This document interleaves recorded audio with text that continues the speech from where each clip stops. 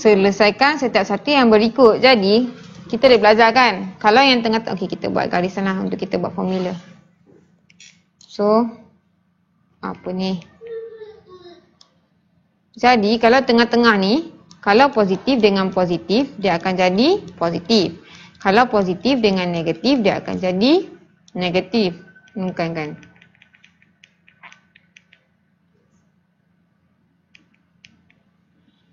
Dia akan jadi positif. Kalau negatif dengan negatif dia akan jadi positif. Kalau negatif dengan positif dia akan jadi negatif. Kalau positif negatif dia akan jadi negatif. Ni kalau yang kat tengah-tengah. Tapi ni kalau yang kat tengah-tengah. Kalau dekat antara dua nombor negatif dengan nombor negatif, kita akan tambah, kita akan ambil simbol negatif, lepas tu kita tambah. Kalau nombor positif dengan nombor positif, kita akan ambil simbol dia positif, lepas tu kita tambah. Kalau nombor negatif dengan nombor positif ataupun nombor positif dengan nombor negatif, kita akan ambil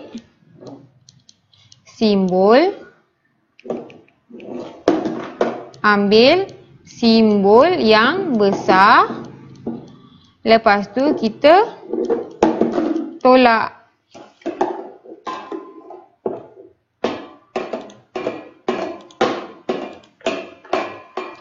Jadi tengok satu A. A ni 6 tambah 2. Kalau tengok tengah-tengah ni tambah dengan tambah, bila sama simbol dia akan jadi tambah. Jadi 6 tambah 2. Jadi 6 tambah 2 ni macam biasalah 8. Ataupun kita tengok nombor positif dengan nombor positif, kita akan tambah dan ambil nombor positif. 8 sama juga dengan positif 8. Kalau tak tulis pun tak apa. Okay. Kalau B negatif 4 tambah tolak 3. Sekarang kita tengok tambah dengan tolak tengah-tengah, bila tak sama dia akan jadi tolak. Jadi negatif 4 tolak 3. Sekarang kita tengok nombor negatif dengan nombor negatif. Tengok balik nombor 2. Bila nombor negatif dengan nombor negatif, kita akan tambah nombor tu, tapi kita ambil simbol negatif. 4 tambah 3 dapat 7. Simbol negatif, so negatif.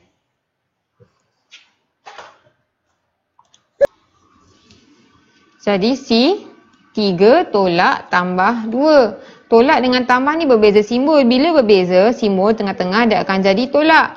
3 tolak 2. 3 tolak 2 ni macam biasa dah dapat 1. Ataupun kalau tengok balik, bila tolak nombor positif dengan nombor negatif, ni positif lah kira kan, positif 3. Bila nombor positif dengan nombor negatif ataupun nombor positif dengan negatif, ataupun negatif dengan positif ataupun positif dengan negatif, bila nombor tak sama, kita akan tolak dua nombor, lepas tu kita ambil simbol yang besar.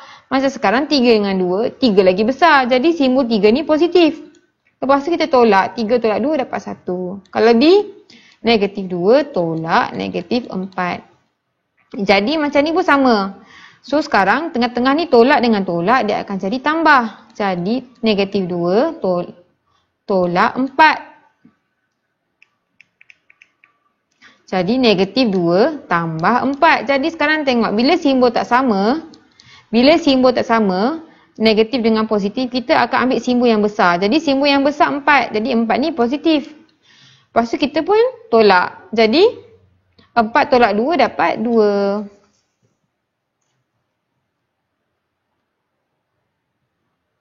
Sama. Kalau tambah dengan tolak kita boleh susun terbalik. 4 tolak 2 tambah 4 sama juga dengan tambah 4 tolak 2. Tambah 4 tolak 2 sama dengan 4 tolak 2. Sama dengan 2.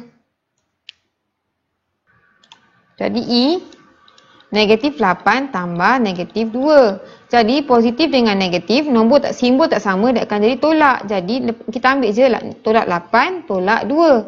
Bila simbol sama, nampak tak? Bila simbol sama, tolak dengan tolak kita akan tambah. Lepas tu ambil simbol dia. Simbol dia tolak. Betul. 8 tambah 2 dapat 10. Kalau F, 6 tolak tambah 3. Jadi tengah-tengah ni tolak dengan tambah dia akan jadi tolak. Jadi 6 tolak 3. 6 tolak 3 dapat 3. Jadi G, 9 tambah 4. Sama simbol jadi tambah lah. 9 tambah 4 dapat 13. H, tolak 5, tolak 3. Jadi sekarang tolak dengan tolak sama simbol. Tengah-tengah dia akan jadi tambah. Jadi kita ada negatif 5 tambah 3.